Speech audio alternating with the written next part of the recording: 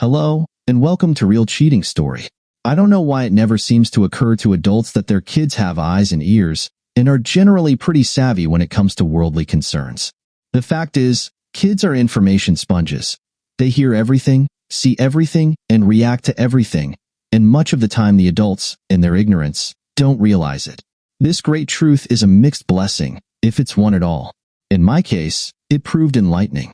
It was Ben Franklin who once wrote that two people can keep a secret so long as one of them is dead. Well, the same maxim can be applied to kids, and especially to teenagers. They not only know everything that goes on around them, they cannot, for long, keep it to themselves. My daughter, Annie, is a teenager, a junior at Henderson High. My name is Harm Carter. The Harm is for Harmon. I used to work in a steel mill before that goddamn outsourcing sent our jobs and our entire factory to Mexico. Still, I can't complain. I am one of the few that actually prospered from the layoffs. I finished college and eventually got a teaching job at Henderson High School, where I have taught language arts for the past 20 years. I was single, never married actually, when I lost my job at 27 years old, so I was able to survive a bit better than most of my compadres who had families. It was at Henderson that I met my future wife, Ellie Potts. She worked a few hours a week there as a volunteer school nurse, borrowed from the Mayfield Clinic a few miles up the road. Ellie always seemed like the unreachable star to me. All of the male teachers, especially Brad Johnson, were interested in Ellie, so I wasn't going to waste my time chasing after something that seemed out of reach. All of the above said, Ellie wasn't the stereotypical gorgeous model of the year type. She was pleasant-looking, 54 and maybe 115 pounds, with light brown hair, green eyes, and a sunny disposition that made people always want to be around her. Like I say, she never had any problem getting dates, and that was the reason I hesitated for so long in asking her out. I figured that I simply wasn't in her league. Me? I wasn't exactly ugly, but my face was kind of messed up, thanks to a 7.65 caliber bullet that passed through my jaw, knocking out half my teeth and leaving me pretty scarred. The army patched me up, did a little plastic surgery on me, but there were limits. I was lucky, though. A couple of inches higher, and that slug would have taken me out for good. Apart from my scarred-up face, I was about 57, medium build, and thinning brown hair. In short, I was not going to be doing any modeling, but I was in excellent shape. I worked out every day, and the army, in point of fact, had been a breeze for me. I was tough as nails. My first date with Ellie was the result of what I considered a lucky set of circumstances. She had been working late at the school, catching up on paperwork, and I was late leaving after coaching a debate team. My car was parked maybe 50 yards from hers. As I was getting in, I noticed her frowning at her Honda. I went over. "Ellie, hi," I said. "Harmon," she replied. "My car won't start. Do you want me to take a look?" I asked, trying my best to sound helpful. "Would you?" "I'd really appreciate it," she said. Her battery was dead. I got my jumper cables and started her engine. "You owe me a dinner out," I said, laughing. It was a bold move, and I was expecting a polite decline. "Friday night." "Okay," she said. Okay," I stammered, caught off guard. "7-ish?" she added. "Am staying at the Haywood Arms, number 603. Am in the middle of changing my address." I managed to recover from my initial shock and agreed, trying to act confident. Our first of many dates turned out to be fun. We went out for dinner, danced a bit, and ended the evening sitting at a sidewalk cafe, talking into the early morning hours. About 6 months later, we were married in front of a justice of the peace in Amarillo, Texas. It wasn't fancy, but it was simple and legal. That night marked the first time we truly connected on a deeper level. Ellie was shy, yet comfortable. She sat next to me, and I gently turned her toward me. She smiled, and I kissed her lightly on the lips, then kissed her again. After a few minutes, we embraced, and I could feel her relax, gradually losing some of the nervousness she had felt. I smiled at her reassuringly, taking my time as the special moment approached. I could tell she was still anxious. I gently placed my hand on her cheek. "It's time for us to take the next step together," I said softly. A single tear welled up in the corner of her eye. "Go ahead," she whispered. We rested for hours afterward. I woke up at first light and turned to see Ellie still sound asleep, snoring lightly. Good, I thought. an untroubled sleep, a good way to start a marriage. After our week-long honeymoon, she felt a bit sore for a few days, but we both embraced the start of our life together with joy. Today was Ellie's birthday. Annie and I had set everything up. The cake was on the table, ice cream too. 2 presents, one from Annie and one from me, were wrapped and waiting for Ellie to arrive. We hoped she would be surprised. We were excited. She was supposed to be home in less than 5 minutes. She was rarely late, unless she let us know in advance, but this time, she hadn't. It turned out this was one of the rare occasions when she was delayed. About half an hour after she was due to arrive, Ellie called. She explained that she had been held over at the hospital because they were short-staffed, and she had volunteered to stay longer. I must have sounded a little disappointed on the phone. "Oh, honey, I'm so sorry," she said. "I'll be home as soon as I can." I said all the right things, and after she said goodbye, I hung up. Ellie made it home about 3 hours later. Just after 9 p.m., Annie and I were still up, and we put on a good face, giving her our presents. Ellie was genuinely upset with herself for being late, but she showered us with appreciation, praising our thoughtfulness and love. Still, something felt off, though I couldn't quite place what it was. Had I been more attuned to human emotions, I might have picked up on the subtle signs of guilt, though not the kind of guilt for being late on her birthday. It was only later that I learned Annie had noticed what I had missed. Ellie loved the emerald earrings I had bought her, which suited her perfectly as her birthday is in May. She also appreciated the new bikini that Annie had given her. For the next few days, things seemed wonderful. Our family life felt harmonious, and we enjoyed quality time together. Annie had asked for permission to go to the mall with her best friend, Carol. I agreed but insisted they be home before dark. It was Saturday, traffic was light, and Carol was a cautious driver, so I had no concerns. I spent the afternoon mowing the lawn and then settled down to watch a ball game. Around 3 p.m., the front door suddenly burst open, and Annie stormed inside, crying. She rushed upstairs to her room. I followed her, but when I tried to open the door, she pushed back, trying to keep me out. "Annie, what's going on?" I called out, bewildered. After a brief struggle, she finally said, "Dad, leave me alone. Just leave me alone." Confused, I responded, "But Annie," before she cut me off, continuing to push me away. Eventually, I said, "Okay, maybe you'll feel more comfortable talking to Mom later." "No," she screamed, slamming the door shut and locking it behind her. Very strange, I thought, assuming it had to be something related to a boy. But I was wrong. 6 hours later, Ellie's car pulled into the driveway. Annie had stayed in her room all day, only leaving for brief trips to the bathroom. I gave her space, planning to talk to her the next day. When Ellie came in and took off her coat, I told her about Annie's strange behavior. Ellie looked perplexed. Annie had asked to go to the mall after Ellie had already left for work, so Ellie hadn't known that she had actually gone. As soon as I mentioned Annie's trip to the mall, her early return, and how upset she had been, Ellie's face went pale. Oh God, 2 upset women in the house at the same time, I thought. "They'll talk to her in the morning." "Sounds like girl trouble to me," said Ellie. "You go golfing or something, okay?" "Yeah, okay, I guess," I said, choosing to back off from the situation for now.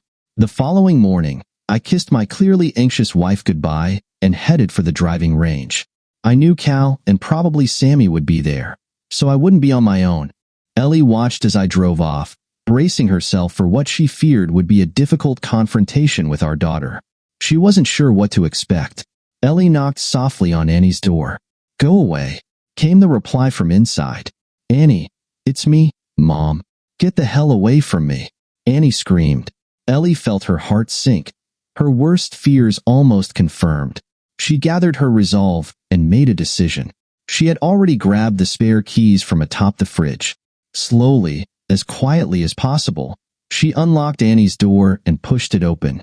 Inside, Annie was huddled on the floor near the window, the bed still made. She looked terrible, like she had been crying all night. "Annie, what's going on? Why are you talking like this?" Ellie asked, still hoping it wasn't what she feared. "Are you kidding me?" Annie spat. "You saw us, didn't you?" Ellie hesitated. "Saw us? Oh yeah, Mom. I saw you. Carol saw you. Danielle saw you. Hugging and kissing up on that guy." Did you know, Mom, that your fling is named after a gangster? A killer? Huh. Yeah. You know Bonnie and Clyde, right? Bonnie Parker and Clyde Barrow? No, I didn't know that, Ellie stammered. But he's not my. It's not like that. Don't even try, Mom. We'll talk as soon as Dad throws you out. Annie shot back, her voice trembling with rage. Ellie lost her composure and slapped her daughter. You will not talk to me that way, she snapped. Annie staggered back, stunned, before raising her hands to stop Ellie from saying anything more. Mom, don't ever raise your hand to me again. I'm strong, and I will react if you do, Annie warned. Ellie nodded, tears welling in her eyes. What are you going to do, Annie? What do you want me to do? Annie's eyes narrowed. Her breathing became shallow as she processed everything that had been running through her mind all night. Finally, she spoke, her voice cold. First, you're going to tell me everything. Then you're going to confess to Dad as soon as he gets home. Ellie shivered. He'll divorce me. I know I deserve it. But do you really think that's the best way? Annie's tone was sharp. Are you asking me if honesty is the best way? Really? Ellie couldn't meet her daughter's eyes. I don't know, Annie. It was a mistake, and maybe I should start telling you everything. Fine. Clyde and I met at that hospital picnic last year. You were there too with your dad. I know him, Annie cut in. He's a car salesman in town. I know his daughter Carla. We have classes together. Ellie looked surprised. I didn't know that. And I didn't know you were involved with her dad, Annie said bitterly. So I guess we're even. You were involved with him, right? Ellie began to cry. He asked me to lunch a few months ago. Your father and I were going through a rough patch. I guess I wanted to get even. I let him take me to a motel. I know it's a cliché, but it happened. We were together, and yes, we were intimate. Say it, Annie pressed. Ellie, choking back sobs, nodded. Yes. How many times? Annie demanded. Once a week, Ellie confessed. He made me feel special, like a woman who mattered. I guess I thought I needed to hear those things. And Dad? Do you love him? Ellie hesitated. I don't love Clyde. It was a mistake. I love your father. He's the only one I've ever truly loved. Wonderful, Annie said sarcastically. What are you going to do when Dad finds out? Did you think that far ahead? Ellie broke down. I was weak, Annie. I gave in, and I'm so sorry. I've thought about it, but I got caught up in something I couldn't control. Clyde even hinted that if I stopped, he might tell your father. I'm not making excuses, but it felt like blackmail. I know I was wrong. I know I'll be punished. Ellie fell to the floor, sobbing uncontrollably. Annie stood over her, looking almost warrior-like in her fury. It's not about what I'm going to do, Mom. It's about what Dad's going to do. You've not only hurt yourself, you've hurt our whole family. Annie paced the room for a moment, her anger gradually subsiding. When she finally stopped, her voice softened slightly. Mom, you have to confess to Dad. No delays, no lies, no half-truths. You have to tell him everything. If you want, he'll be there with you. You do still want to stay with Dad, right? I mean, from now on? Annie asked, pausing. If he doesn't ask you to leave. Yes, Annie, Ellie said. But if I confess, there's little chance of us staying together. He'll likely ask me to leave, and I wouldn't blame him. But that means we'll be done as a family. I'm just so scared. I'll bet, Annie said. Her earlier anger softened. She joined her mom on the floor and comforted her, though she remained firm. The truth, Mom. All of it. Okay, Ellie replied weakly, still sobbing. One more thing, and it has to be the truth. Understand? Yes, sure, Ellie said between sobs. Have there been others? Don't lie to me, Annie demanded. Ellie began to cry even harder. I guess that answers my question, Annie said, her face pale. How many? 2, Ellie whispered. Oh God, Dad's going to be devastated, Annie said, unable to hide her disappointment. Ellie looked at her daughter and, through her sorrow, realized how strong she had become. A young woman who would one day command respect if she didn't already. Ellie simply nodded, accepting her daughter's judgment. I came home from the driving range about 3 hours later, having enjoyed the exercise and hoping I wasn't about to face something unpleasant. I had hoped in vain. Ellie was sitting at the kitchen table, a glass of water in front of her. "Harm, I need to talk to you," she said, her voice even, though she didn't meet my eyes, which worried me. I've already spoken with Annie at length, and now the truth has to come out. "I am so sorry, Harm." Annie stood at the other end of the kitchen, arms folded. Suddenly, Ellie broke down, sobbing uncontrollably. I rushed to her side. "Honey, what's wrong?" I asked, pulling her into a hug. "Harm, I cheated on you," she finally said. At first, I couldn't process what I was hearing. Then, my body betrayed me. I felt dizzy and nearly fainted, only able to steady myself by grabbing the kitchen counter. "Oh," was all I could manage to say. Annie quickly came over, guiding me to a chair. "It's all right, Daddy. Just listen. We'll deal with everything afterward, okay?" I think I nodded, though I was still in shock. "Harm, I'm so sorry," Ellie sobbed. "I don't deserve your forgiveness, but I can't forgive myself either." Everything felt surreal, like I was in a dream I couldn't wake from. My breathing became shallow, and I felt lightheaded again. That was the last thing I remembered until I woke up later, staring into a bright light. Ellie and Annie were standing on either side of my hospital bed. "Honey, you had a heart attack," Ellie said softly. "It's all my fault. I don't know if you'll ever forgive me, but I will never forgive myself." I drifted in and out of consciousness over the next day. When I woke again, Ellie was asleep in a chair across from me.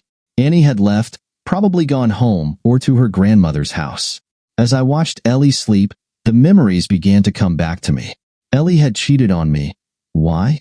My heart was no longer in immediate danger, but my stomach churned. I vomited, and in my weakened state, began to choke. Ellie woke up, and a nurse rushed in. Medical personnel soon surrounded me, helping me stabilize. 2 days later, after tests and discussions with my doctor, it became clear that both the heart attack and stomach issues had been triggered by stress. No surprise there. The following day, a psychologist came to see me. The prognosis was simple. I'd be okay, but I needed to take things slowly, work through things with my wife, and try to regain some mental balance. Easier said than done. Back at home, things were quiet, too quiet. I didn't need tents. Ellie and Annie took turns caring for me, and I didn't have to lift a finger. Ellie had guilt written all over her, and I felt sorry for her. Annie shot angry glances at her mother periodically, but did her best not to stir up tension. The therapist had advised me to work things out with Ellie. What exactly did that mean?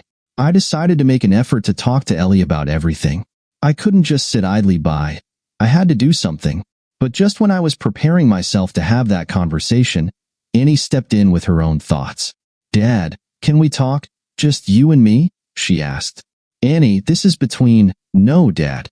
It concerns the three of us, and I have a lot to say." "I need to say it." I was taken aback by her firmness. "Okay, I guess you're right. It does concern all of us," I said. She set her glass of water down on the TV tray next to me. "Dad, Mom made some serious mistakes. She didn't even like those people, especially not Barrow. I've been talking to her, and I think she's impulsive. She just does things without thinking, and by the time she realizes she's gone too far, it's too late to easily back out. Mom just can't handle complicated situations." "Honey, your mom is an adult. Adults have responsibilities, and the biggest one is to love and respect their family." "Dad, she does love us. I know you know that. As for the respect part, yeah, she messed up. She disrespected you and, by extension, me too. That's going to be hard to move past. But as your daughter, I really hope you'll listen to me and give her another chance, for both of our sakes." "Honey, I want to, but I just don't know right now," I said. "Will you promise me that you'll at least think about it?" "Yeah, I guess. You know, you'd make a great salesperson," I said. She smiled and retreated into the front room. For the time being, the den had become my favorite place to relax. I could see out to the patio, and there was a TV and a computer there. Even though I was mostly confined to the wheelchair as a precaution, I had a pretty good setup. I could get up and walk to the bathroom or grab a drink if they weren't in the room, but mostly I just sat and thought. I knew that wasn't a good thing for me. I got up and slowly walked into the front room. I felt a little better but knew a change was needed. When I caught up with Ellie, she was folding clothes in the living room. I startled her when I called her name. She hadn't seen me come in. She nodded. I know, she said in a voice barely above a whisper. It's time to talk. I'm feeling better today, and I need to hear it. I can't keep wondering what happened between us. I was glad that Annie wasn't home at the moment. We've been married for 20 years, Ellie. 20 very good years. You've been a wonderful wife, a mother, and, well, we've had a good life together. She sighed. I know. I've been ungrateful and selfish. I waited, expecting to feel overwhelmed or sick, but nothing happened. I was finally moving past the initial shock of everything. I nodded for her to continue. As much of a cliché as it sounds, it was never about love. It was just the thrill of something different. I swear it wasn't more than that. Is that supposed to make me feel better, Ellie? I asked. No. I just want you to understand that I know how much I hurt you. I'll carry that guilt for the rest of my life. There were only a few people, Harm, 3 men over the course of our marriage. They were all brief, meaningless, and I swear to you, it's all in the past. There's no chance of it happening again. Who? I asked. Jimmy Shanklin, Mario Cummings, and Clyde Barrow, she said. I knew all of them, though not well. I also knew the first 2 had been divorced by their wives, and I couldn't help but wonder if Ellie's involvement with them had contributed to those divorces. I thought it was unlikely because I probably would have heard something if that were the case. But, as the saying goes, once a cheater, always a cheater. Those guys likely had more than one affair, and it eventually caught up with them. Clyde Barrow was about to face the consequences as well. Why did you finally decide to tell me all of this? I asked. I didn't. Not exactly. Annie happened to go to the mall with her friends last week, and they saw me and Clyde together. Annie made me tell you. I'm glad she did. The guilt was eating me up inside. That girl of ours is incredible, Ellie said. She really is, I replied. What are you going to do with me, Harm? Do I have a chance? She asked. I realized I didn't have an answer to that question. I hadn't even thought about what to do. I just wanted to understand what had happened. Now that I knew, at least in part, I had to consider the next steps. I haven't gotten that far, Ellie. What do you think I should do? I asked. That seemed to surprise her. Me? Harm? I don't know. If it had been you in my position. But it wasn't, was it? You made that choice. You have a point, Ellie said. Would you have kicked me out, or given me a chance to make it right? To change my ways? Honestly, I don't know the answer to that, but I'd hope I would have given you another chance. I know that sounds self-serving. It did sound self-serving, but I believed it. Ellie had always been forgiving in the past, even when people had wronged her. Of course, nothing that had ever happened to her came close to what she had done to me. That said, she had once helped one of our best friends hold their marriage together when it had started to crumble for similar reasons. Just then, Annie came into the room, slightly out of breath. She could tell we had been talking and frowned. Should I stay? She asked. I was about to tell her to go to her room, but I changed my mind. Annie seemed to have a better grasp of things than either of her parents. Yes, stay, if you're willing. This involves you too. Your mom and I have been talking about a lot of issues, and I'd appreciate your input, I said. Annie nodded. I turned to Ellie. Ellie, why did you start doing these things? Why hurt me like this? I asked, choosing my words carefully. Harm, I didn't do it to hurt you. You have to believe me, Ellie said. But you knew it would hurt me, didn't you? I asked. I thought that you wouldn't find out, Ellie said. Really? You knew I knew all of the men you've mentioned. You never thought that one of them would slip up and reveal what was going on? I asked. No, it didn't occur to me, Ellie admitted. I see. I find it hard to believe that you never considered it, I said. I knew it was possible, Harm, but I was very careful. I didn't want you to be hurt. I really didn't, Ellie pleaded. Careful, Ellie. You were messing with that guy in the middle of the mall. What exactly is your definition of careful? I was not trying to be kind, Mom. You really are clueless. How did you ever get through nursing school? I looked at my daughter, thinking it best to let her express herself. I was the one who asked her to stay. Ellie just shook her head in despair. Good point, Ellie. You're not stupid. I think you didn't worry about it because you were too full of yourself and thought you were too smart to get caught, I said, cutting her off. I think you thought I was just too dumb to catch on. Wasn't that more like it? Harm. No. I never thought you were stupid. I really didn't. I wasn't thinking at all. I made horrible mistakes, but… Harm? She seemed to lose her train of thought. Yes, I never stopped loving you. And I never loved any of them. You say you did it for variety and the thrill of it. What about me? I know I don't qualify as variety, but haven't I ever thrilled you? Oh my God, yes, honey. It's just that you were always so busy, even on weekends. I need affection a lot, I guess. Maybe that's the main reason I strayed.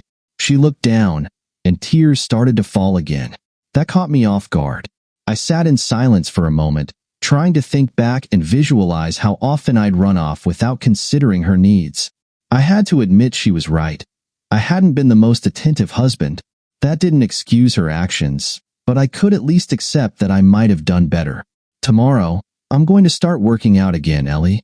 I need to get my strength back. The doctor said it was okay as long as I took it slow. I want you to join the gym with me. She looked at me as if I were crazy. Me? Harm. I am no muscle builder or anything. I wouldn't know what to do at a gym. But her expression brightened considerably. You mean? I know what to do, and I will show you. I've been thinking a lot this past week. I realize I haven't been treating you well when it comes to our intimacy. I glanced over at Annie. Annie, you can go upstairs if you want, honey, I said. Like that's going to happen, said Annie, ready to stick around. She has a right to be here. She needs to know what's going to happen next and how you're going to handle this. But what you said about going to the gym, does that mean you're keeping me around? Ellie asked hopefully. I nodded. From now on, I'm going to make sure I'm doing my part in this marriage. We'll do everything together. You'll come to the gym with me, and I'll drive you to the mall whenever you want. Does that mean you're forgiving me? Ellie asked. I forgave you when I saw you sitting in the hospital, watching over me these past days, I replied. She sensed something in my demeanor that made her uncertain of my meaning, but she continued, I forgive you, but it's going to take a long time before I trust you again. That will be your challenge. You'll know that I'm likely to be suspicious of nearly everything you do, I said. And yes, it goes without saying that you'll hold my cheating against me if I do it again, she replied. I understand. I wouldn't blame you at all, and thank you, Harm. Thank you for giving me another chance. Initially, after our reconciliation and deciding to try again, I thought it best to let the matter drop. I believed that was best for all of us, me, Annie, and Ellie. But then I heard something unsettling. Clyde Barrow, a regular at the bar I sometimes visited, had been bragging about his conquests with several women, claiming that they were begging him not to abandon them to their husbands. Harm, you know that guy Barrow, right? Said Elton, my favorite bartender. This was 3 weeks after Ellie had confessed, so hearing that name made me shudder. Yeah, I know him vaguely. He works at Champ's Auto Parts. I used to buy things there for my old pickup. Why do you ask? He's been bragging around here that he had your wife among others. Just thought you ought to know. He's messing with Ellie's reputation, Harm said. According to Elton, I was furious. I had not intended to escalate the situation, but here we were. The look on my face prompted a concerned expression from my friend. Thanks, Elton. They'll handle it, I replied. That was on Saturday. Ellie had to work that day in emergency medical response. They were shorthanded. When she got home around 5 p.m., I called her into the kitchen. Ellie, have you seen Barrow in the past few weeks? I mean since our little meeting. No, Harm. I never want to see or speak to that jerk again, she said firmly. I believed her. He's spreading rumors about you, bragging that he was with you. Oh my God, said Ellie. We're going after him.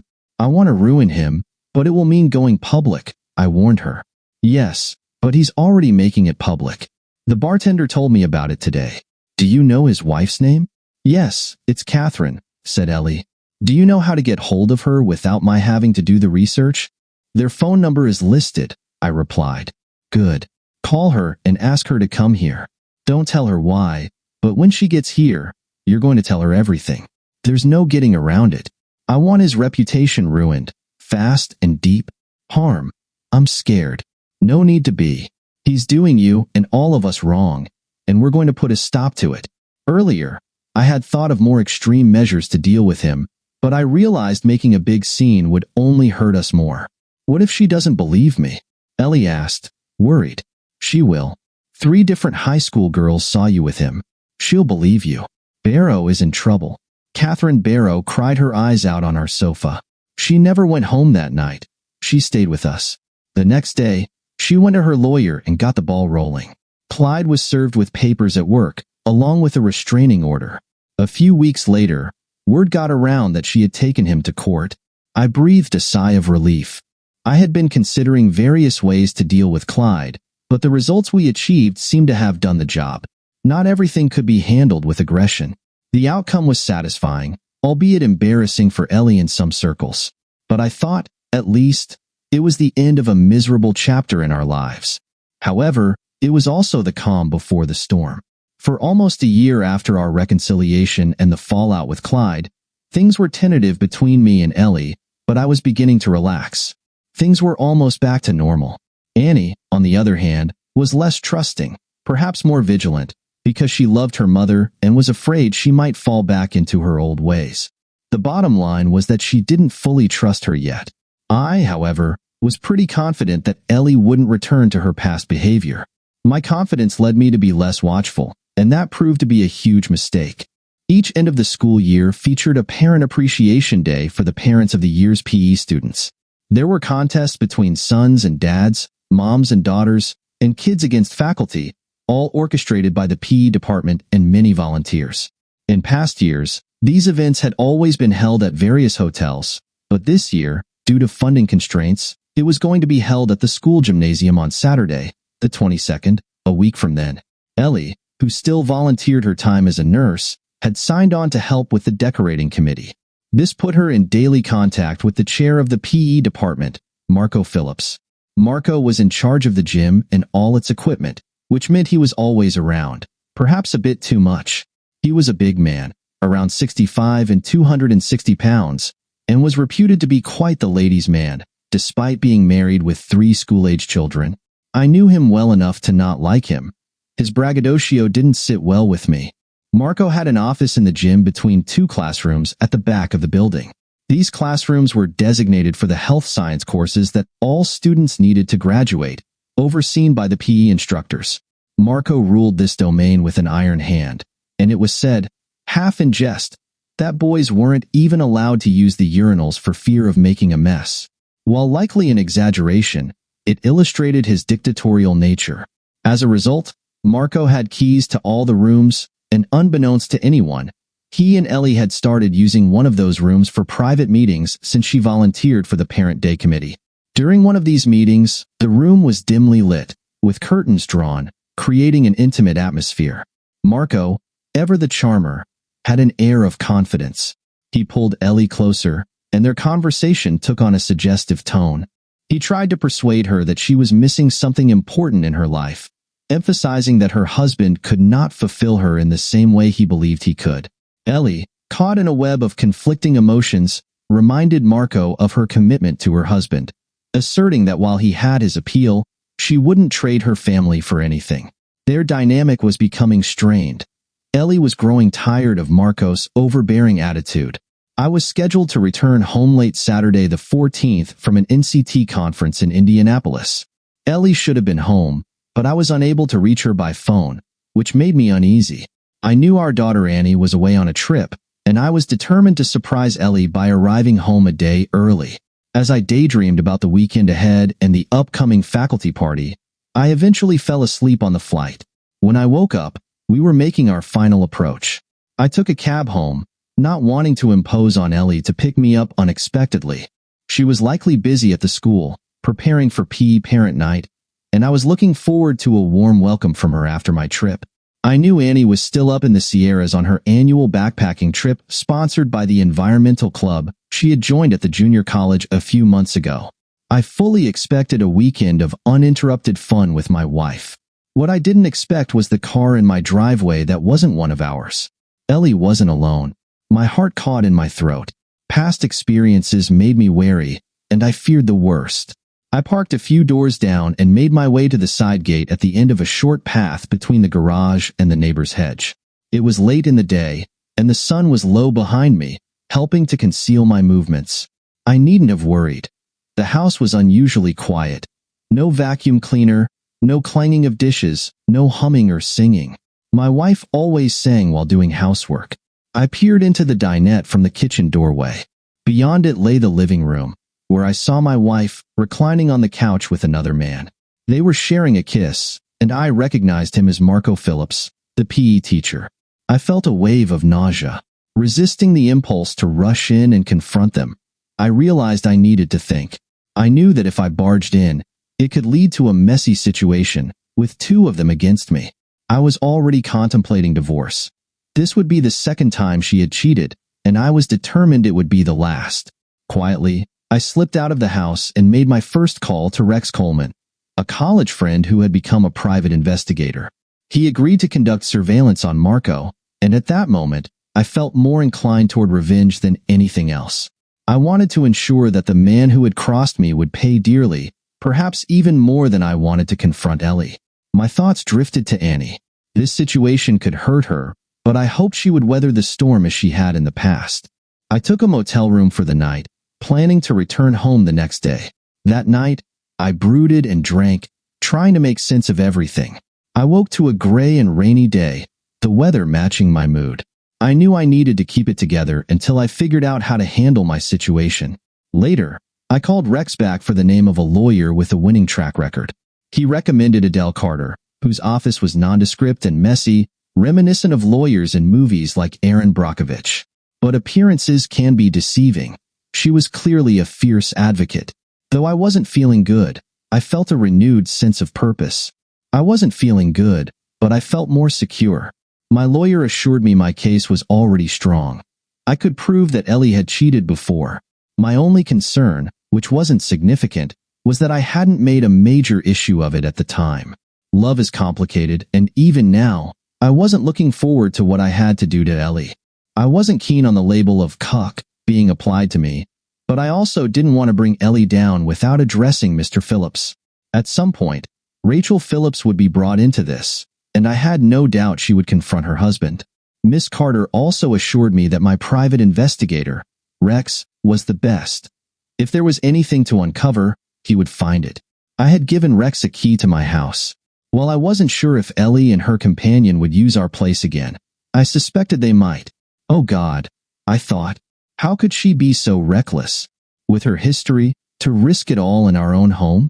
Even if I didn't catch her, even if Annie never had a clue, what about the neighbors? It seemed like she was trying to get caught. I told Rex that I wanted the place wired to catch the cheaters if they returned. Rex agreed to install cameras in the bedroom and living room, and he even suggested one for the master bathroom. I questioned that choice, but he explained that a lot of evidence could be lost there. It would be beneficial to have footage of either of them in such a compromising situation. The wheels of justice and revenge were in motion. All I had to do was wait and pretend to be the loving husband I had always been. But soon, that title would change. I arrived home at 6 p.m., 30 minutes later than expected. Ellie was waiting for me with a warm greeting. The corned beef and cabbage smelled incredible, something I would miss when I eventually moved on. She wrapped her arms around my neck and gave me a kiss that felt rehearsed. "How was your flight?" she asked. "Good, long. I'm bushed, but that corned beef and cabbage smells great," I replied, trying to sound enthusiastic. She spoke animatedly during dinner, and I made all the right responses, asking about her week and about Annie. "Annie will be back tomorrow. I expect she'll be even more tired than you are," I said. I agreed with her assessment of the mountain air's effects. After dinner, I helped her clean up the dishes and store the leftovers. "I'm going to shower and hit the hay. I want to have a nice day tomorrow, and I don't want to be too tired to enjoy it," I said. Ellie looked genuinely upset. "I thought you and I might," oddly. I felt a mix of emotions. The image of Phillips with her was unsettling. I found it hard to be close to her now. Not tonight. I was really tired, but tomorrow could be different. I smiled and gave her a peck on the cheek before heading up the stairs. Sunday dawned bright and sunny, contrasting with the gloom of the day before. Maybe the universe was trying to tell me something. We picked Annie up at school, where about 50 students were milling around. Ellie had been right. Annie looked worn out. "Geez, Dad, it was fun, But I'm exhausted right now, she said. Did anything unusual happen? Did you see Bigfoot or anything? I think Bigfoot is driving the car, Ellie laughed. But honey, you might want to slow down a little. The streets are still wet from yesterday. Ellie seemed in a good mood, despite the situation with Marco Phillips a couple of days ago. I thought that maybe this unconventional arrangement wasn't so bad. Still, I was concerned about how the divorce would affect Annie. I felt anger toward Ellie for not considering the impact on our daughter. It seemed like her focus was solely on herself and her relationships. As we headed upstairs, I started to feel worn out. I managed to postpone what was expected by giving a few sincere kisses and hugs. Ellie looked a bit surprised, maybe even disappointed, but she didn't say anything. The next morning, I woke up before anyone else, got cleaned up, dressed, and headed to school. I knew it was going to be a long day. Ellie was working a double shift at the clinic, so I was grateful she wouldn't be at school today. Annie had 2 classes on Monday, Wednesday, and Friday, starting at 9 a.m. I knew Ellie would be gone by the time Rex was busy between then and 3 p.m. It seemed like the perfect opportunity. Bob Fallon, our respected vice principal and a longtime friend, asked if I wanted to join him and a group of fishermen for the weekend. This would give Phillips and Ellie a chance to attend the PE event together, possibly spending some quality time afterward. We planned to be out on the water from Friday evening to Sunday evening, which I thought could work well for my plans. The only issue was Annie. I knew Ellie wouldn't do anything in the house if she thought Annie might catch her. It had been Annie who had exposed Ellie's actions the first time. I was trying to find a way to get Annie out of the house for the weekend when she solved the problem for me. Dad, I'm going to Shell this weekend. We're going to chase boys and have fun at the mall, she said, a mischievous glint in her eye. Thinking quickly, I replied, honey, you can have fun at the mall, but the boy thing is off limits, okay? Yes, Daddy, you're so strict, she laughed. Just then, Ellie walked into the room. I was about to respond when I noticed Annie's expression change, but I dismissed it as my imagination. Nothing, Mom. I was just telling Dad about my weekend plans, Annie said. He said it was okay. Ellie laughed but responded, that sounds a bit reckless, don't you think? Her tone was half serious, and I was taken aback by the odd contrast in her demeanor. I couldn't escape Ellie all week. We spent time together on Wednesday and Thursday, and while I felt conflicted, I didn't want to raise her suspicions. Besides, I was feeling frustrated. I had the impression that she thought she owed me something since she was spending time with Phillips. It felt infuriating to think about. On Friday afternoon, I packed my things and headed to the marina to meet the guys. Ellie was already at the clinic, so I didn't have to see her. I decided to focus on enjoying the weekend with my friends. Rex was on the job, and I felt a mix of emotions about the whole situation. Here I was, navigating through this complex situation, all because of Ellie's choices, and now I was heading out to fish. It was a strange place to find myself. As we pulled away from the dock, I watched the shore disappear and felt a mix of relief and tension. The trip out was fun. The sea was a little choppy, but the boat was more than capable. We ate, drank a lot of beer, and I felt better than I had in days. While I was at sea, I received a call on my cell. Yeah. Oh, Rex, really? Okay, do what you can, I said before hanging up. Annie had been picked up by her friend just minutes after I left. No sooner had she gone than Ellie returned from work after only 2 hours and parked on the street in front of the house. Rex thought she must have forgotten something and would head back to work soon, but that wasn't the case. 20 minutes after Ellie arrived, a Toyota pickup pulled into the driveway. The garage door opened, and the pickup went inside. It was clear that they didn't want the neighbors to see whose car was parked there. Saturday morning dawned red and blustery. The seas, which had been calm the day before, were now crashing against the bow. We decided to head back in. None of us had any intention of riding out any storms. 2 days later, the news reported that 2 fishing boats had gone down over the weekend. As I docked at around 9 a.m., I called Rex. He was at home. Yeah, the storm was pretty rough, he said, sounding tired. I think I might sneak down there. I confirmed I'd be careful. I'll be there in an hour, I said and hung up. I was torn. Should I try to catch them red-handed, or wait for Rex to ensure everything was set up? After some deliberation, I decided to wait. But I couldn't just sit idly by. I had to do something. I rented a car, leaving mine at the marina, and parked several doors down on the opposite side of the street, hoping to catch a glimpse of the situation if Phillips came out. About 40 minutes later, Rex arrived, parked behind me, and slid into my car. "You shouldn't be here, Harm. It's better to let me handle this. Men often complicate things, and that's why women usually get the better deal in divorce cases," he advised. I nodded, but I just wanted to see Phillips's face. I knew him, but I wanted to see that look of satisfaction on his face, which made me uneasy. As if on cue, a red Chevy drove slowly past the house. "That's my daughter," I exclaimed, panic rising in my voice. "Rex, get her away from here." "Got it, buddy." Rex jumped into his car and followed the Chevy. I saw the two cars turn the corner, and just then, I noticed Rex's car flash a police-style blue light. It was probably illegal, but it would certainly get the girls to stop. 5 minutes later, he returned. "I had to tell her. She knows." "Gus, does that kid miss anything?" "Not a whole lot," Rex replied.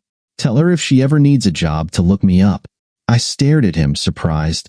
He wasn't kidding. Around noon, the two of them finally came out. They moved quickly, almost sneakily, to her car parked by the curb and left. I followed them while Rex went into the house to gather evidence.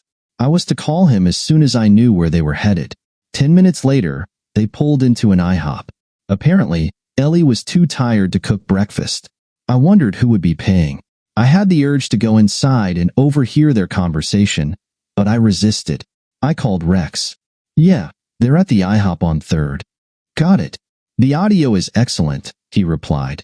"Can't wait to see the pics." We spoke for a minute more. He said he was using my computer to transfer all the pictures and videos, and the quality was outstanding. He planned to send me copies of everything. I was to notify him when Ellie and her boyfriend were done eating, in case he needed to make a quick exit.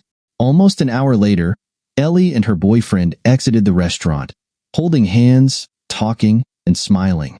As they seemed to be having a good time, I wondered about the condition of the house. I was betting they hadn't had a chance to clean up. I decided to walk in on them. We had all the evidence we needed, and Annie knew everything. The marriage was over. There was no reason to wait any longer. Why let them continue their affair any more than they already had? I called Rex to let him know my plan. I expected him to try to talk me out of it, but instead, he agreed to wait inside and be my witness. "But Harm, don't confront either of them. It could ruin your case," he warned. I assured him I wouldn't. I followed my wife and her boyfriend back to the house, taking a few side streets to avoid being seen. I knew where they were headed and gave them enough time to get inside. On the way, I had an idea and called Rex. "Yeah, Rex, call Mrs. Phillips and get her over here. Tell her anything, even the truth if you have to." 15 minutes later, the lovers parked in front of the house and hurried inside. I knew Rex was somewhere in there. I imagined him hiding in a closet or something similar, but I wanted to wait for Mrs. Phillips. She lived nearby, just 5 minutes away. When she arrived 8 minutes later, I intercepted her. "Did Rex tell you?" I asked. "Yes," she replied sharply. "He said you and my husband are inside together." "This isn't the first time," I told her. "You'll get all the pictures, audio, and videos." As we headed for the house, she muttered, "That jerk. We have 3 kids." Hearing Rachel Phillips, a woman so composed, speak like that surprised me, but it would have to wait for another time. Right now, we needed to interrupt their encounter. I pulled out my cell phone and set it to take pictures, wanting to capture their expressions when we disrupted their plans. I aimed to avoid the windows and didn't want to enter through the front door. Instead, we snuck around the back to the basement door and let ourselves in quietly. We could hear voices upstairs, but the words were indistinguishable. "Careful of the 3rd step. It squeaks," I whispered as I stepped over it. We climbed the stairs, and despite the situation, I couldn't help but notice Rachel's presence. She was an attractive woman, and the closeness felt unexpected. At the top of the stairs, I listened at the door. The voices were further away, probably in the front room. I slowly opened the door and signaled for Rachel to follow me. "You're really proud of that guy, aren't you?" I heard Ellie say. "Yeah, you seem to like it," Phillips laughed. We stepped into the living room and froze. Phillips was completely naked, and Ellie was still dressed except for her blouse, which she had apparently just removed. Harm's face turned ashen, and tears filled her eyes as she ran out of words. "Hello," Rachel said, advancing on her stunned husband. "Do not come home today. I will send a bag of clothes to your mother's tomorrow. This marriage is over. If you don't contest it and stay away from me and the kids until I say you can visit, you can keep your car and your personal items. Everything else is lost to you. Got it?" She snapped her fingers, and he flinched. "I'm sorry, Ellie," he said, visibly shaken. Rachel picked up her blouse and purse and left. Phillips dressed quickly and followed her out. I heard the garage door open and the roar of his engine as he drove away. Rex emerged from the guest room closet, and we talked, just the three of us. Rachel was crying, and I felt my own eyes misting over. It was a somber occasion. About an hour later, Annie returned and quickly assessed what had happened. "How long have you known?" I asked, slightly annoyed that she hadn't come to me sooner. "I wasn't sure, Dad. It was the smell," she explained. "Mr. Phillips wears this awful cologne.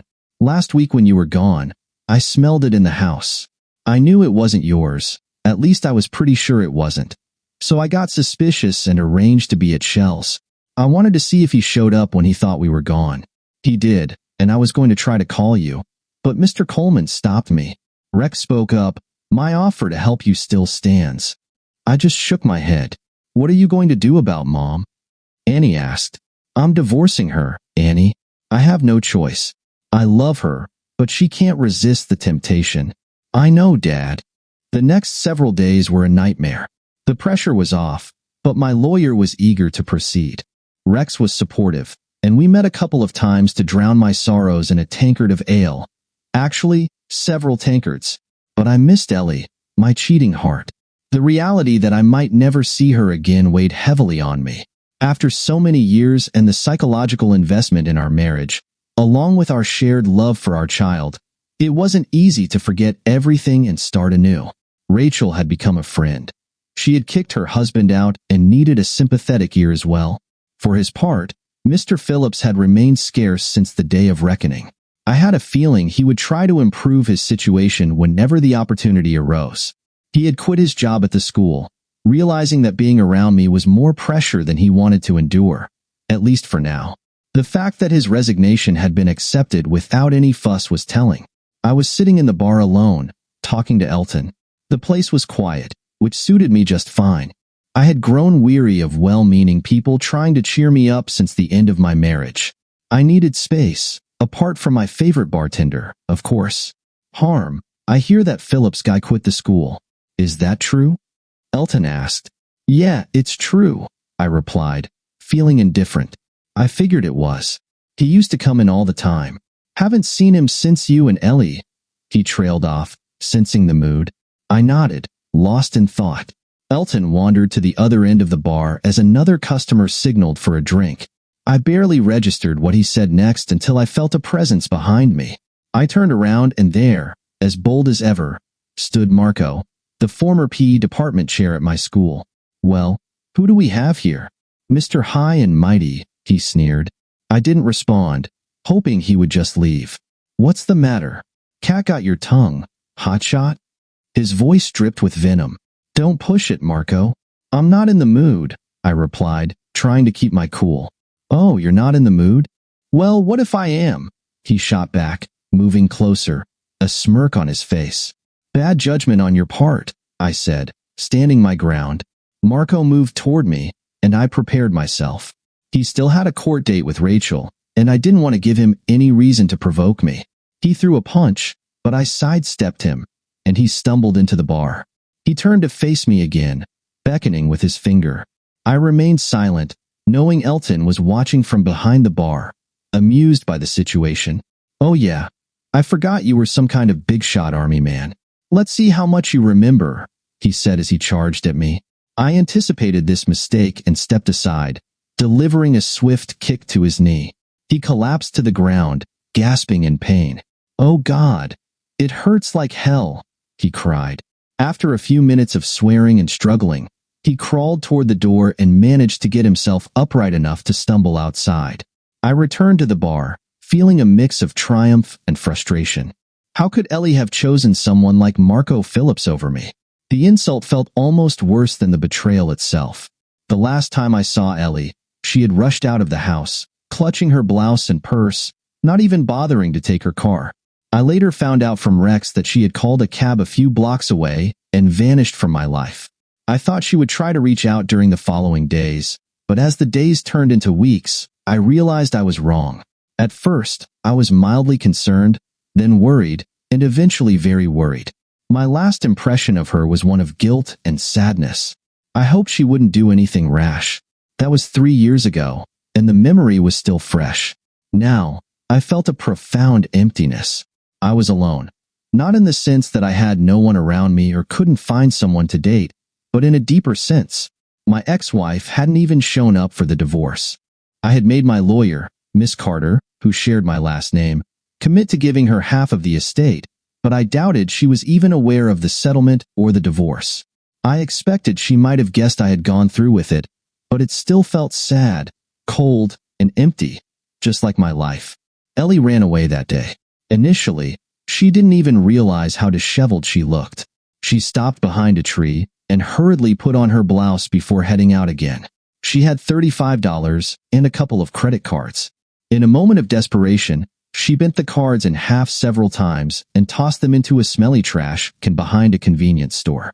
Sitting on a park bench, Ellie sobbed into the fabric of her purse as she mentally assessed the events of the past 24 hours. How could she have been so incredibly foolish? There was no defense for what she had done. She had humiliated her husband, and now she had nothing. She felt she deserved nothing but the $35 in her pocket. Now, she needed to find a way to escape her shame. Poor Harm. She knew he would worry about her, but he would eventually move on with his life. He deserved better. Taking a bus toward downtown, she didn't care where she was headed. She just wanted to get away. She got off and began to walk, losing track of time and her surroundings. Hours later, she found herself in a rough part of town, late at night, exhausted and unsure of where she was. Stopping at another park bench, she took off her shoes, relieved to be out of them.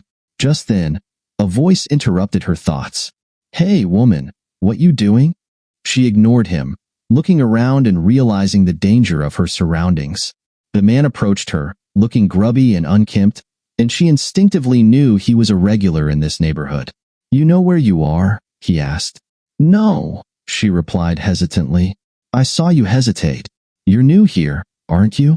"What is this place?" she asked, anxiety creeping into her voice. "Skid Row," he said simply. Suddenly, it all made sense. He was homeless, perhaps struggling with addiction, and here she was, feeling homeless too. "Is there a shelter around here?" she asked, her voice trembling. "Down in the city proper, there are a couple of missions, but not much else. I take it you have no place to stay?" He looked at her with a mix of curiosity and pity. A wave of despair washed over her. She realized just how precarious her situation was. Tears streamed down her face as she tried to hold back her sobs. "Look, lady, you can stay with me, but there's a price," he said, his tone shifting. "What do you mean?" she asked, alarmed. "I just survive day by day. If you want protection down here, you need to make some sacrifices." Stunned, she shook her head. "I don't understand." He shrugged, indifferent to her discomfort. "You'll need to be careful. This place isn't safe." Despite her instincts screaming at her to run, she felt trapped. "Where?" she asked, realizing she was out of options. "Follow me," he said, leading her to a dark loading dock behind a deserted business. There, he pointed to a corner with flattened cardboard boxes. Feeling sickened but aware of the gravity of her situation, she followed him. She stood by the cardboard box, hesitating as he indicated she should strip. With a heavy heart, she complied, folding her clothes neatly and placing them aside. He quickly removed his own clothes, and she studied him more closely. He was thin but muscled, and beneath the grime, there might have been a hint of attractiveness. In that moment, she understood the harsh reality of her circumstances. After a tense encounter, they lay beside each other on the cardboard, and she curled into a fetal position, overwhelmed by the night's events. "Come here," he said, and she looked at him. They lay together for a while. He actually held her, and she let him. "What now?" she asked. "We go home," he replied, pointing. "Where's home?" He led her to a small shack he had constructed. It was far from ideal, but he assured her it was waterproof. It was the best he could do at the moment. Thus began Ellie's slow descent into a life of hardship. Meanwhile, Harm waited impatiently for Rachel. His fingers had tapped out entire symphonies on the table surface before she finally appeared and slid into a chair across from him. "Criminy, Rachel, I'm going to buy you a watch," he joked, trying to lighten the mood. "I'm a woman. I'm supposed to be late," she replied with a playful smirk. "Well, you should have been here sooner," he countered with a chuckle. "Right," she said, a hint of seriousness returning to her tone. "Anyway, how are you doing? I haven't seen you in a couple of weeks." The waitress arrived with their drinks, Harm's vodka and Rachel's rum and cola. He left a $20 on the table, asking her to keep an eye on their glasses. "It's awful quiet around the house without him," Rachel said, her expression thoughtful. "Don't get me wrong, I'm glad he's gone. With him around, it was always the wrong kind of noise, if you know what I mean." "Yeah, I guess I do," Harm replied. "How are you doing, Rachel?" You'd think that after 3 years I could answer that, but I can't. I miss her. I miss her a lot. I guess I was really and truly in love, she admitted, a wistful smile creeping onto her face. They shared a moment of understanding. Since their divorces, Rachel and Harm had formed a bond, supporting each other through their respective heartbreaks. Rachel dated occasionally, but Harm only rarely ventured into the dating scene, and mostly just to reassure himself that he still could. "So how is Annie doing?" Rachel asked. "You know, in the time we've been friends, I've really grown fond of that girl," Rachel said, her eyes sparkling with warmth. "She has that effect on people," Harm replied. "She's going to graduate soon, right?" "Yes, next month. I'm really looking forward to it. It'll be a little bittersweet, though, without her mom there to celebrate her achievement." Rachel looked down at her drink, a shadow crossing her features. "You really do still love that woman, don't you?" "I guess I don't know. I hate what she did to me. I keep trying to convince myself she has some kind of condition or something. I know that's just me trying to make sense of it all, but it's all I can come up with," he confessed. She gently laid her hand on his arm. "You're a good man, Harm. I hope things work out for you and for Annie." On a lighter note, she added, "I have a company party at the end of next week, and I'm dateless. Do you think you could escort me? I went solo the past 2 years and really felt out of the loop," she continued, laughter dancing in her voice. "Absolutely, dear heart. Just tell me when, and I'll be there." "Wonderful. I was afraid you'd think of it as cheating." "It's Saturday evening at the Roundtree, Rachel." "That was uncalled for, though," he said, laughing. Rex had been loosely tasked with trying to locate Ellie. In the beginning, he moved heaven and earth to find her, though he had his misgivings. For the past 2 years, his efforts had become more passive, watching and listening rather than taking action. One day, as he was coming out of a cheap downtown hotel, he noticed something strange across the street. A woman, a bag lady, was wrestling with a store owner over some groceries. Ever the white knight, he rushed across the street. "Hey, cut her some slack, okay? I'll pay for the stuff," he said, handing the snarling man a $20 bill. That seemed to pacify him. Rex turned to speak to the woman, but she had already left with the groceries.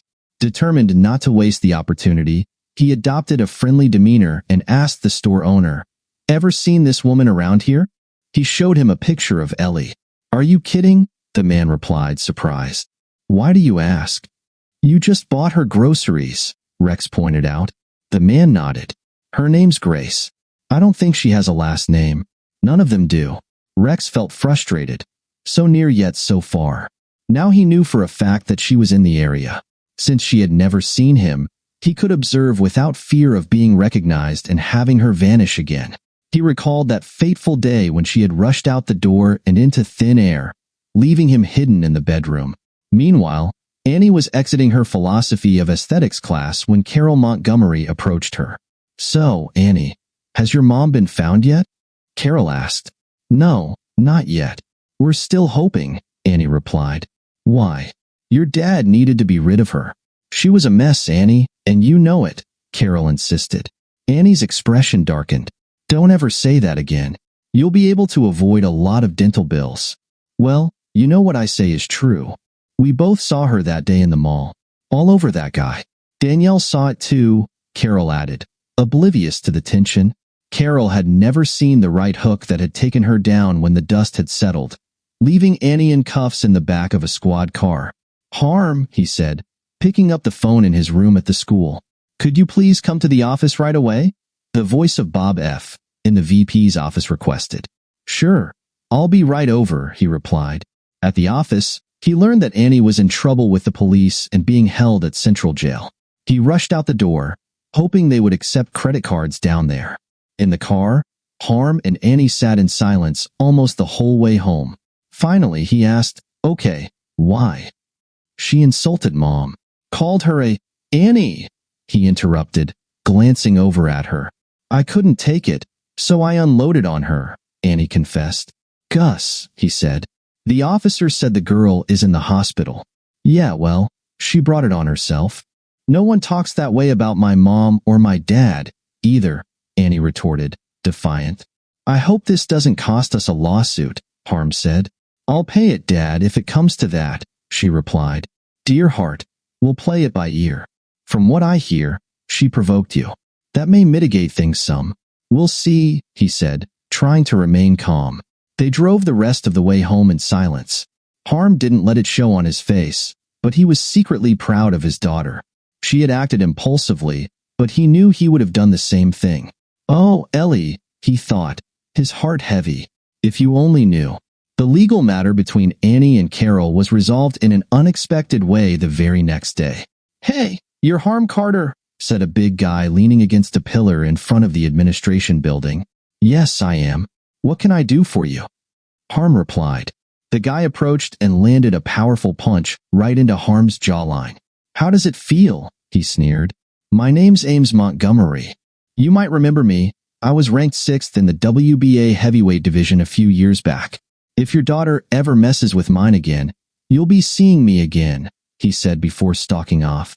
Most of what he said barely registered with Harm. It took several moments for him to regain his composure and feeling in his limbs. Gus, Bob Fallon said, rushing over. That guy really brought it. You okay? Harm nodded. He realized any potential lawsuit against Annie was no longer a concern. Mr. Ames Montgomery may have been a contender, but a military genius he was not. The punch he had taken was worth it. Once the swelling went down, at least, the power punch that had taken Carol down silenced any further talk from anyone about her mother, male or female. Rachel Phillips arrived looking stunning, and Harm complimented her. Wow, now I know why I have guard duty, she giggled. Well, thank you, mister. You sure know how to massage a girl's ego, she teased. Shall we go? He asked. Damn sure, she replied enthusiastically. They drove the short distance to the Roundtree Inn, where couples were already dancing and enjoying the evening. Harm, with Rachel on his arm, found a table to settle at before heading to the bar. They ordered their usual drinks and returned to their table to enjoy the lively atmosphere. As the evening progressed, 2 other couples joined them, and within moments, introductions were made. Laughter filled the air as they all drank and chatted animatedly. It was the best time at a party. About an hour and a half later, Sam Tour was dancing with Rachel. He had his hand lightly on her waist, but Rachel gently pushed it away. Harm, who was between dances at that moment, noticed and knew he had to intervene. Pamela, may I have this dance? He asked. Oh yes, she replied, pulled out of her reverie by his words. They danced near Rachel and Sam, making their presence known. Sam wouldn't be getting any attention from Rachel that night, and it was evident in his expression that he was miffed. Harm was determined to talk to him. When the dance ended, the 4 returned to their table. The other couple that had joined them were still on the dance floor. Harm asked Sam to help him get a round of drinks at the bar. Still annoyed, Sam couldn't very well refuse, so he nodded, and they headed over. As they waited for the bartender to notice them, Harm leaned in. Sam, listen to me and listen well. Don't try to get involved with Rachel, or anyone else for that matter. You have a wonderful wife, and you need to make sure she knows how much you appreciate her. Trust me, it's not worth it. What in the hell? Who are you? Sam started, but Harm cut him off.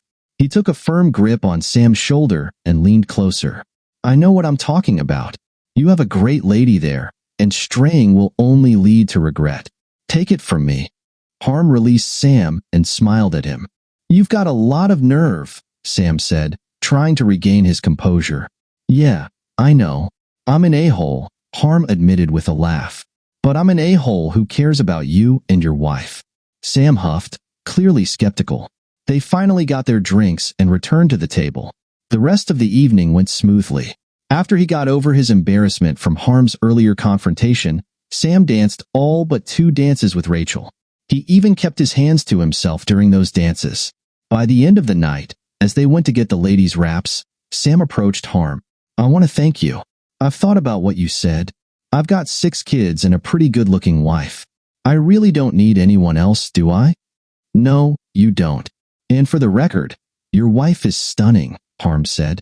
On the drive home, Harm took Rachel to a small all-night coffee shop near her place.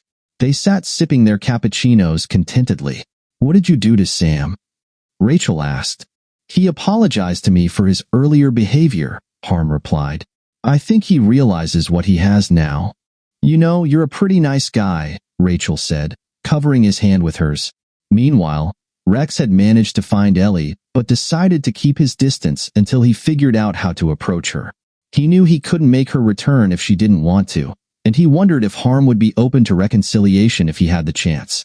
He believed the best thing for Harm was to forgive her, but that didn't mean it would be easy. Ellie was in a tough spot. Though she was a registered nurse with a master's degree and could work anywhere, she seemed to be punishing herself for her past mistakes. Rex hoped she might find the strength to forgive herself enough to try again, but he would take it one day at a time.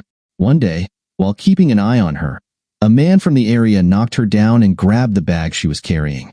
Rex waited until the man turned the corner before he confronted him. What do you have there, man? Rex asked. Huh, said the man, turning to see who was addressing him. I saw you knock her down and take her bag.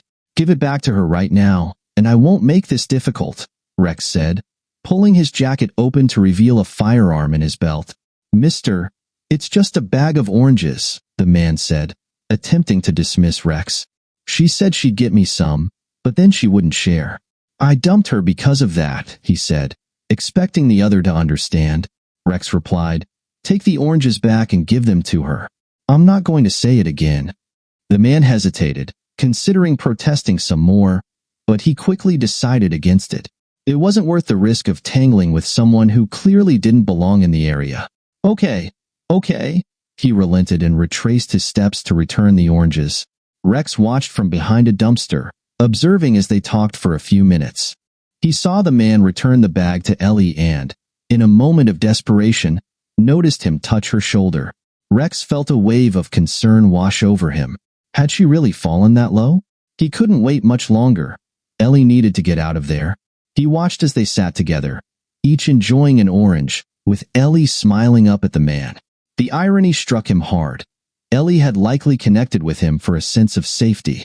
Rex made a mental note that some protection at night was better than none. Realizing he needed to return to the office, he headed out. Meanwhile, Annie was sitting across from her dad in the kitchen. Dad, I miss Mom, she said softly. I know, babe. I miss her too, Harm replied. Dad, would you take her back? I mean, if she promised to be good in everything? Annie asked, her voice hopeful. Harm slowly shook his head. I don't know, babe. I just don't know. She's done it twice. I'm not sure if she can help herself. What if she can't? Annie pressed. What do you mean? Harm asked, puzzled. I mean, what if there's a psychological reason that makes it hard for her to resist temptation? Annie explained. Harm thought for a moment before responding. Well, I guess that would be different. But as far as I know, there's no reason to think your mother has a problem like that. Temptation is not a psychological issue. It's a moral one. Annie fell silent, deep in thought. What are you planning to do today? She asked, changing the subject. I have a job interview. I'll be home soon, Harm replied. Who's the interview with? Annie asked, curious. I'll let you know if it goes well, he said, avoiding the question. Okay, see you for dinner. Annie sat in the office, waiting. The office of Adele Carter was quiet at the moment when she heard the doorknob turn. Looking to her right, she saw Adele approaching. Hi, I'm Adele, the well-dressed lady said, offering her hand. You must be Annie. Yes, ma'am, Annie replied. Rex will be here in a minute. He has an office in the back. Would you like to wait there? It's more comfortable. Yes, ma'am. That would be fine, Annie said. Less than 5 minutes later, Rex entered his office and smiled at the young lady sitting in front of his desk. Hi, Annie. So, do you think you'd like to be a PI? Yes, sir, she said, feeling a little shy about asking for the job. She knew Rex, and since he was friends with her dad, she was confident she'd get the position unless she couldn't agree with some of the things she'd learned in her coursework in police science. I guess you know firsthand about some of the things we do, right? Rex asked. Sure do, Annie replied. And you graduate in a few weeks, right? Rex continued. Yes, sir. May 20th. Well, Annie, there are a couple of things I need to discuss. Keep in mind you've got the job if you want it, but I have to ask because we do things here that require good judgment. You'll need to abide by these rules, no matter what, kind of like a newspaper journalist has to protect their sources. Am I making myself clear? Yes, I think so, she said.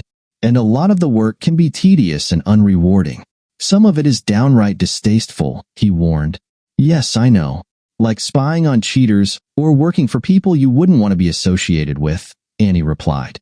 Exactly. Sometimes you might even find yourself liking the people you're spying on better than those who hired you, Rex said with a chuckle. Annie laughed. I can believe that. But Rex, there's one thing I won't do. Break the law. You can count on that. Rex nodded. I deserve that. I never should have crossed a line, but sometimes people push too far. He paused, looking at her. What we do is always confidential. If I, as your boss, say to keep quiet, you need to do just that.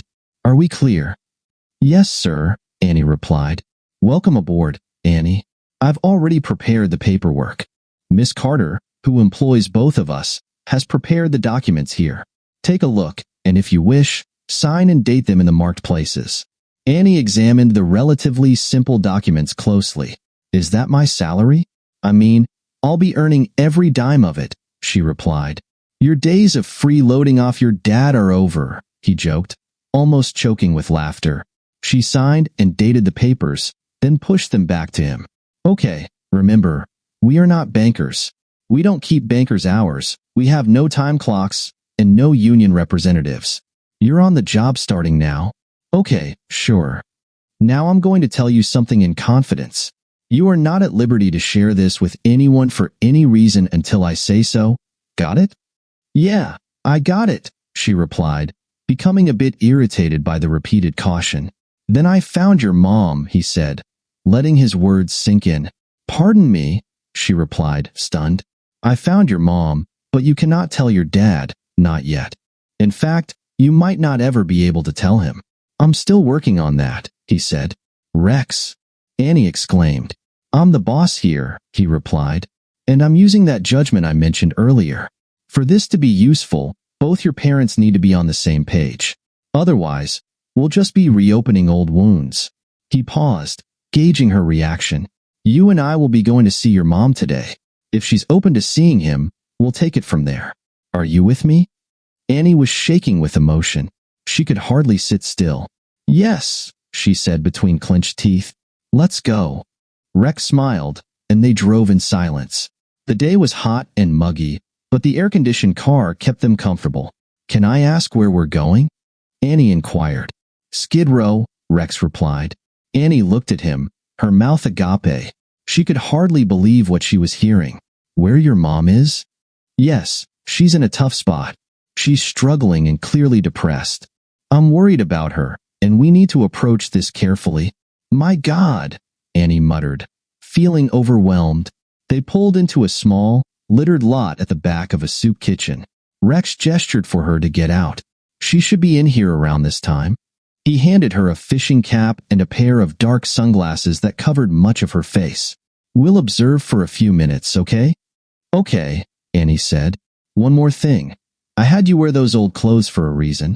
We're not in disguise, but we don't want to stand out. You're going to talk to her first. When the time is right, I'll position myself near the back door. If she tries to leave, I'll be there to intercept her. We must speak with her today. Absolutely, Annie replied. Inside the soup kitchen, dozens of tables filled the space, about half occupied. Most patrons were older men and women, with a few children playing between the benches. The sight made Annie feel a pang of guilt. Rex, how can there be this much poverty in a country like ours? She asked. There shouldn't be. Someday, the people in power will have to stop catering to the wealthy and pay attention to folks like these. They'll need to do something about it, he said. See that guy over there with the UCLA cap? Yes, Annie replied. He's a doctor who lost his license after getting into trouble, but still works here, helping others for free, Rex explained. Oh, and by the way, your mom's name is Grace. I've learned she's helped him out from time to time. They took a seat at a vacant table in the middle of the room. Why don't you grab us both a cup of coffee? I'll wait here, Rex suggested. Annie nodded and walked toward the coffee station. As she approached, she suddenly froze. Just 2 tables down, she saw her mother. Gathering her composure, she moved over a couple of tables and got the coffee. Slowly and unobtrusively, she returned to Rex. She's there, Annie said, nodding. Yeah, I spotted her at the same time you did. She's alone, Rex confirmed. Take your cup and go sit with her. Remember, her name is Grace around here. If she doesn't recognize you at first, take off the hat and glasses. Be gentle. She's a broken woman. Let her know you love her early on. It may help, Rex said, preparing to head for the back door. Annie nodded and casually made her way among the tables to where her mother was sitting, nursing her own cup of coffee. She slid into the seat across from her. Hi, Grace, said Annie. The woman looked tired and only half present. Do I know you? She asked. Yes. Annie took off the hat and glasses. I love you, Mom, she hurried to say. What the? How did you? Mom, I love you, Annie repeated, tears welling in her eyes. Annie, I know. Mom, it's okay now. I'm here. I know you have questions. So do I. Mom, we are never going to be apart again, Annie said firmly. Oh, Annie. Ellie Carter got up and rushed around the table to hug her daughter. Tears flowed freely between them. Rex watched from the back, waiting for the signal from Annie. It was a full 5 minutes before Annie remembered he was there. When she did, she motioned him over. What's wrong? Ellie sensed something. It's okay, Mom. I have a job. I'm a PI, Annie said proudly. She indicated Rex, who sat down opposite them. Annie, what am I going to do? Sobbed her mother. Mrs. Carter, this is complicated. When you left 3 years ago, your husband was angry, but he was also worried about you. He hired me to locate you and to make sure you were safe. To answer your unstated question about what comes next, that's going to be a tough one. Your daughter, and I think you belong at home with your husband. But he still hates me, Ellie said, her voice trembling. No, he doesn't hate you. He loves you, Rex said gently. He's just not sure he can trust you. Well, yes and no. Honestly, he worries that he might not be able to survive mentally if he has to go through this again, Rex continued. But on the other hand, I know he is sick with worry about you and would want to have you back if you'd be willing. Annie had let them into the house while her dad was out. Rex and Ellie had moved themselves into the den, and Annie was in the kitchen, ready to intercept her dad when he came back. A call to his cell had confirmed that he would be there in no more than 10 minutes. No one had yet informed him of his special visitor. Annie heard the garage door opener engage and waited for her dad to enter through the kitchen door. Hi, Dad. Hi, baby. How did the interview go? He asked, noticing the excitement in her voice. Are you going to tell me? He teased. Yes, Dad. I got the job. I'm now a private investigator. I still have to get licensed, and I have 3 weeks of school left, but as of today, I'm fully employed, she said proudly. Wonderful, baby. But I'm not surprised. I know Rex will have a great helper in you.